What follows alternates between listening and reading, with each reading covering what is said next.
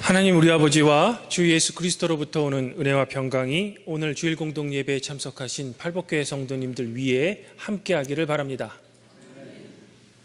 오늘은 교회력으로 성령 강림절 후 13째 주일로 마태복음 15장 21절부터 28절까지의 말씀으로 하나님의 은혜를 나누고자 합니다. 지난주에 우리는 예수님께서 물 위를 걸으신 기적 사건의 의미에 대해서 살펴보았습니다.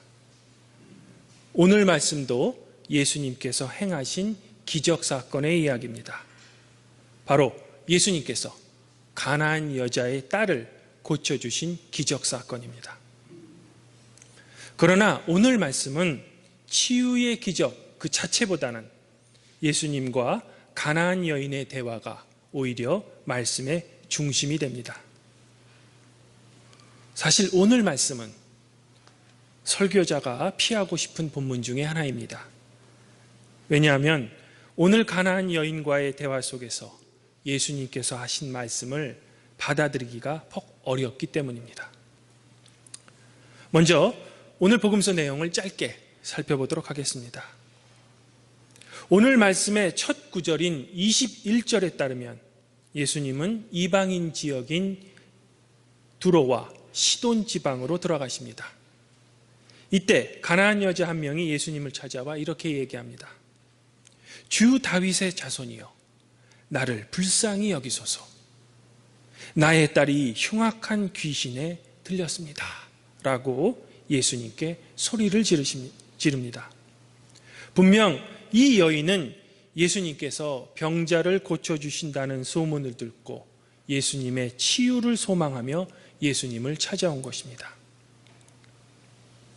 그러나 평상시의 예수님과는 달리 이번에는 이상하게 한 말씀도 하지 않으십니다. 이런 예수님의 무반응에 제자들이 오히려 가나안 여자가 당신께 소리를 지르니 그녀를 보내소서라고 청하기까지 합니다. 그러자 예수님께서 드디어 입을 여십니다. 그런데 그 말씀하시는 내용이 의외입니다.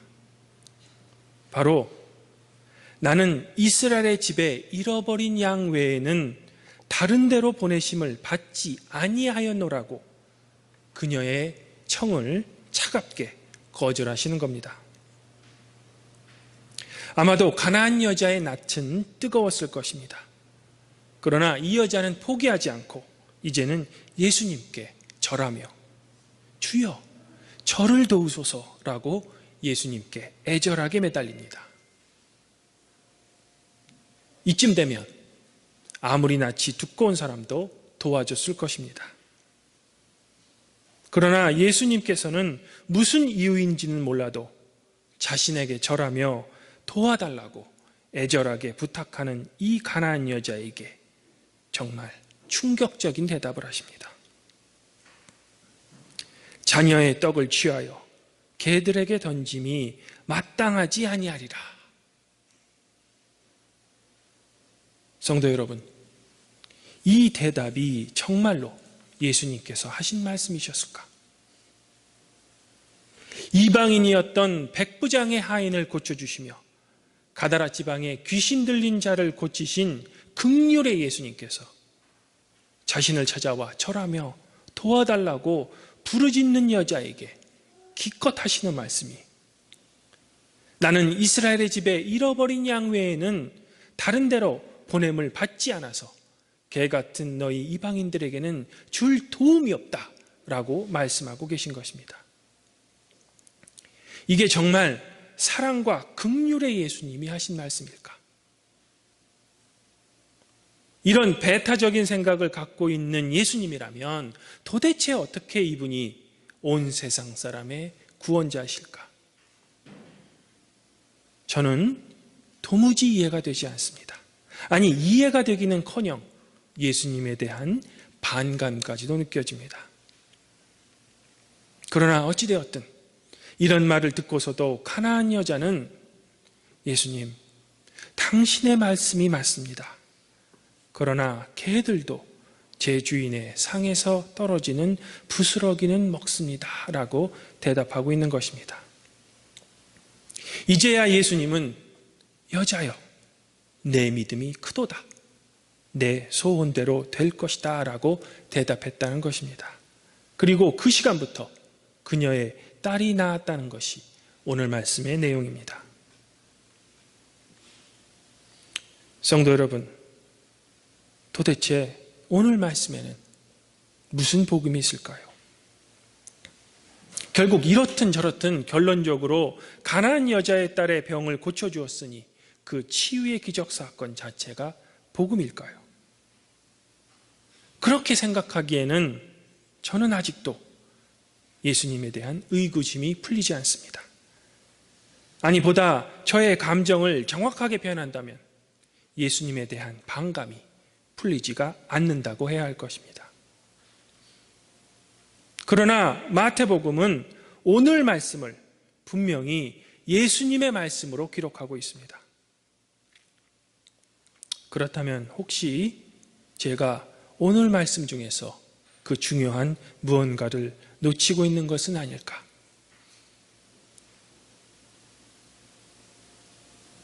성도 여러분, 마태복음 2장 1절부터 6절에 따르면 예수님께서는 이 세상에 탄생하셨을 때 별을 관찰하던 동방박사들이 유대인의 왕이 태어난 것을 알고 그를 경배하기 위해 당시 유대의 왕이었던 헤롯 왕을 찾아온 적이 있습니다. 이런 동방박사의 방문에 당황했던 헤롯 왕은 대제사장들과 서기관들에게 메시아, 곧 그리스도가 어디에서 태어났는가를 물어본 적이 있습니다. 이때 대제사장들과 서기관들은 구약성경 중에 미가서 5장 2절을 인용하면서 헤롯에게 이렇게 대답합니다. 유대 땅 베들레헴아, 너는 유대 고을 중에서 가장 작지 아니하도다. 내게서 한 다스리는 자가 나와서 내 백성 이스라엘의 목자가 되리라. 즉 미가서 5장 2절에 따르면 하나님의 아들이신 예수님의 또 다른 정체는 하나님께서 선택하셨던 백성인 이스라엘을 위한 목자라는 것입니다. 그리고 예수님은 이러한 자신의 정체성을 분명히 하셨던 겁니다. 그래서 오늘 24절에서 하신 말씀인 나는 이스라엘의 집에 잃어버린 양 외에는 다른 데로 보내심을 받지 아니하였노라고 말씀하신 것은 자신에게 도움을 청하는 가나안 여자를 모욕하고자 함이 아닙니다. 그저 예수님의 또 다른 정체인 이스라엘의 목자라는 것을 그녀에게 밝히셨던 것뿐입니다. 즉 나는 이스라엘을 위한 목자라는 것입니다. 다시 말해 새로운 이스라엘의 참 목자인 예수님은 원래 하나님의 계획에 따라 긍휼과 의의 통치를 먼저 이스라엘에게 하신 후에 그 회복된 이스라엘을 통해 이방 애lok에까지 하나님의 의의 통치를 확대하려고 하셨던 겁니다. 이러한 이유로 마태복음 10장 5절부터 6절에서 자신들의 제자들을 파송하실 때도 이방인의 길로도 가지 말고 사마리아의 고을에도 들어가지 말고 오히려 이스라엘의 집에 잃어버린 양에라고 가라라고 말씀하셨던 겁니다. 그러나 오늘 본문 속의 가나안 여인의 믿음은 이스라엘에게로 먼저 보냄받은 참 목자이신 예수님의 이러한 사정을 믿음으로 극복했던 겁니다. 그리고 마침내 가나안 여인은 예수님께 믿음이 크다고 칭찬까지 받은 것입니다. 성도 여러분, 예수님의 이 이방인 여자를 위한 칭찬은 지난주에 물 위를 걷다가 물속에 빠졌던 베드로에게 믿음이 작은 자요라고 하신 예수님의 말씀과 크게 대조가 됩니다. 즉 하나님의 선민이었던 유대인인 베드로는 예수님께 믿음이 작은 자라고 꾸중을 들었던 반면 선민인 유대인들에 의해 개 취급받았던 이방인인 가나안 여인은 예수님으로부터 내 믿음이 크도다라는 칭찬을 받은 것입니다. 이제 선민보다 이방인인 예수님께 더 칭찬을 받은 것입니다. 복음의 역전이 일어난 것입니다. 바로 이러한 복음의 역전이야말로 오늘 본문이 우리에게 말하고자 하는 핵심인 것입니다. 이제 오늘 말씀의 첫 구절인 21절로 돌아가 봅시다. 21절은 이렇게 시작합니다. 예수께서 거기서 나가사 두로와 시돈 지방으로 들어가시니. 두로와 시돈 지방은 팔레스타인 북부의 이방인 지역으로 유대인들이 거리는 이방인들이 살고 있는 지역입니다. 예수님께서는 이제 이런 이방 지역으로 들어가셨던 겁니다. 보통 경건한 유대인들은 이방인들과는 어울리지 않았는데 예수님께서는 이제 이방인 지역으로 일부러 들어가고 계신 것입니다. 이런 예수님의 이방으로의 여행은 사뭇 의도적이까지 보입니다. 그렇다면 예수님께서 이런 이방인 지역에 들어가시기 전에는 무엇을 하셨을까? 즉 21절에는 분명 거기에서 나가셨다고 하는데 도대체 거기는 어디일까? 사실 오늘 말씀도 15장의 첫 부분과 함께 살펴볼 필요가 있습니다. 15장 1절부터 20절을 살펴보면 바리새인들과 서기관들이 병자를 고치신 예수님을 예루살렘으로부터 찾아옵니다. 그리고 이들은 예수님의 제자들이 떡 먹을 때 손을 씻지 않는 것을 보고 당신의 제자들은 왜 장로들의 전통을 지키지 않느냐는 비난을 가합니다. 이에 예수님은 하나님의 계명을 지키는 것보다는 사람의 전통을 더욱더 중요시 여기는 이들을 오히려 공격하십니다. 성도 여러분, 바리새인들과 서기관들은 누구입니까? 이들은 스스로 선택받은 자들이라고 자부했던 자들입니다. 바로 이스라엘 중에 이스라엘이 바로 이들입니다. 그러나 이들은 이스라엘의 참 목자이신 예수님의 복음을 거부했던 것입니다. 앞서 말씀드린 대로 새로운 이스라엘의 참 목자이신 예수님은 하나님의 계획에 따라 본인께서 먼저 회복시켜야 할 이러한 이스라엘에게 철저하게 배척받으신 것입니다. 이렇게 자신의 양들로부터 배척받은 예수님은 일부러 이방인 지역으로 들어오신 것이며 이곳에서 유대인들에 의해 계취급받은 가나안 여자가 예수님을 찾아왔던 것입니다.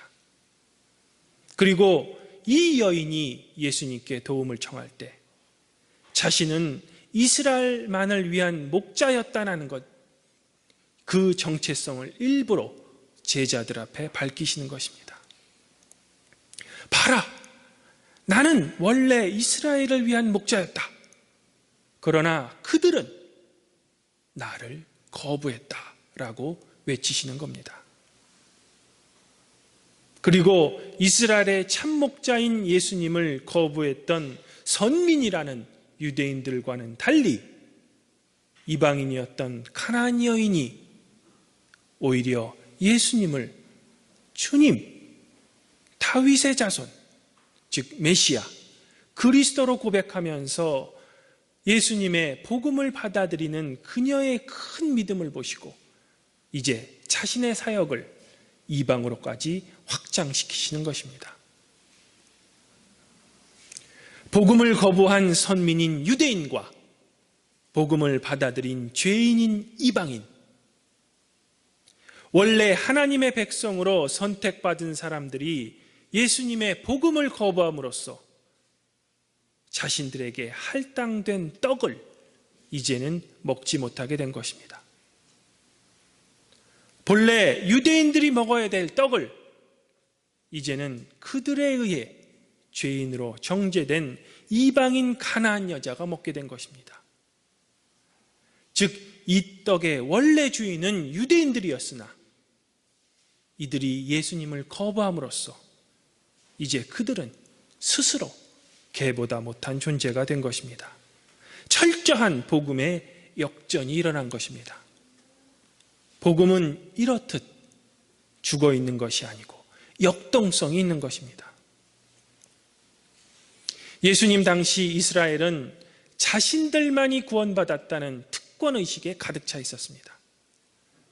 그러나 그들은 하나님에 의해 먼저 선택받았다는 이 특권의식에 눈이 멀어 예수님께서 잃어버린 양인 이들을 회복하러 오셨을 때 이들은 예수님을 단연코 거부했던 것입니다. 반면에 예수님에 대한 굳건한 믿음이 있었던 이방인인 가나안 여인은 예수님을 다윗의 아들, 즉 메시아로 받아들인 것입니다. 이렇게 복음을 받아들이는 이방인들을 오늘 구약봉독문인 이사야서 56장 6절부터 8절은 이렇게 기록하고 있습니다. 또 여호와와 연합하며 그를 섬기며 여호와의 이름을 사랑하며 그의 종이 되며 안식일을 지켜 더럽히지 아니하며 나의 언약을 굳게 지키는 이방인마다 내가 곧 그들을 나의 성산으로 인도하여 기도하는 내 집에서 그들을 기쁘게 할 것이며 그들의 번제와 희생을 나의 제단에서 기꺼이 받게 되리니 이는 내 집은 만민이 기도하는 집이라 일컬음이 될 것임이라. 이스라엘의 쫓겨난 자를 모으시는 주 여호와가 말하노니 내가 이미 모은 백성 외에 또 모아 그에게 속하게 하리라 하셨느니라. 사랑하는 성도 여러분, 이스라엘의 거부로 인해 복음이 이방인들에게로 전해지고 이 복음을 받아들인 이방인들이 주님의 이름으로 모여 탄생한 새로운 이스라엘이 곧 교회인 것입니다. 이러한 복음을 받아들인 이방인들을 향해 사도 바울은 오늘 로마서 11장 30절에서 너희가 전에는 하나님께 순종하지 아니하더니 이스라엘이 순종하지 아니함으로 이제 긍휼을 입었는지라 라고 말하고 있는 것입니다. 하나님의 긍휼을 입어 죄의 용서를 받은 사람들의 모임, 이것이 교회의 특징입니다. 그러나 이러한 죄의 용서를 받아들이기에는, 즉 칭의의 복음을 우리가 받아들이기에는 우리는 가나안 여인과 같은 굳건한 믿음이 필요한 것입니다. 그러나 우리가 결코 잊지 말아야 할 것은 그 가나안 여인이 예수님을 찾아오면 그분께서 치유하신다는 그 믿음 또한 하나님께서 주신 선물이라는 것입니다. 사랑하는 성도 여러분, 복음에는 항상 우리의 고정관념을 산산히 무너뜨리는 역전이 있습니다. 우리가 주님께서 우리를 구원하셨다는 그 믿음이 그저 관념적으로 흐를 때 우리는 오늘 본문에 나오는 복음을 거부하는 유대인이 될 수도 있다는 것을 결코 잊어서는 안 될 것입니다. 그러하기에 주님께서는 먼저 된 자가 나중되고 나중된 자가 먼저 된다고 우리에게 말씀하셨던 겁니다. 우리의 신앙은 항상 가나안 여인의 믿음처럼 주여 저를 불쌍히 여기소서라는 간절함이 있어야 할 것입니다. 주님께 매달리는 간절함이야말로 우리의 신앙을 깨어있게 할 것입니다. 믿음은 결코 화석처럼 굳어진 것이 아닙니다. 믿음은 바로 살아 움직이는 것입니다. 주님 안에서 한 형제자매인 팔복교회 성도 여러분, 세상을 살다가 무거운 짐이 여러분들을 짓누른다면 예수님께 간절함으로 기도하시기 바랍니다. 가나안 여인이 그분께 소리 지른 것처럼 나를 불쌍히 여기소서라고 간절히 아뢰시기 바랍니다. 그러면 성도님들을 불쌍히 여겨 구원해 주실 은혜의 주님께서 세상을 이길 힘을 성도 여러분들께 값없이 주실 것입니다. 그리고 그분께서 우리의 죄 또한 용서해 주실 것입니다. 오늘 우리가 교독한 시편 67편의 말씀처럼 하나님은 성도님들을 긍휼히 여기사 복을 주시고 그 얼굴빛을 여러분에게 비춰주실 것입니다. 그리하면 모든 지각에 뛰어난 하나님의 평강이 그리스도 예수 안에서 여러분의 마음과 생각을 지키실 것입니다.